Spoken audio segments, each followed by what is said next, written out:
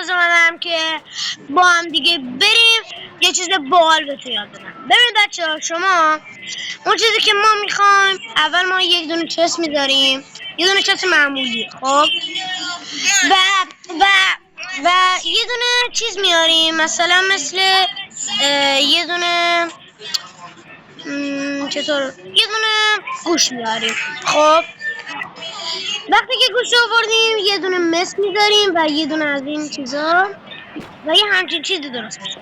شما داخل این صندوقه، داخل این چست، منظورم اینطوری ها. خب داخل این چسته که این رفت برای اون، خب چیزی که میخواین رو میذارید.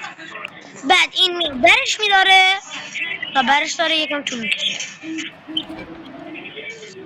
برو اونو بردار، برش میداره. سب کنید بچه چند لحظه این دیوونه شما درستش کنم. خب و الان میره داخل چسته، اینو بر میداره. بله نگاه کنید، رفت داخل چسته، داره میگرده ببینید چی هست. خب اینو برداشت و میره میذاره داخل چسته مورد نظر شما.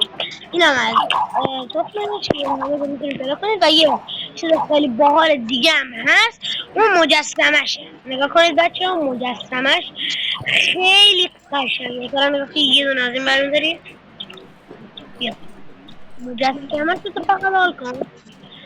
امیدوارم از این ویدیو خوشتون اومده باشه. تا ویدیو بعدی، خدا نگهدار. با بربط بیار تینگوم سامیار، خدا نگهدار.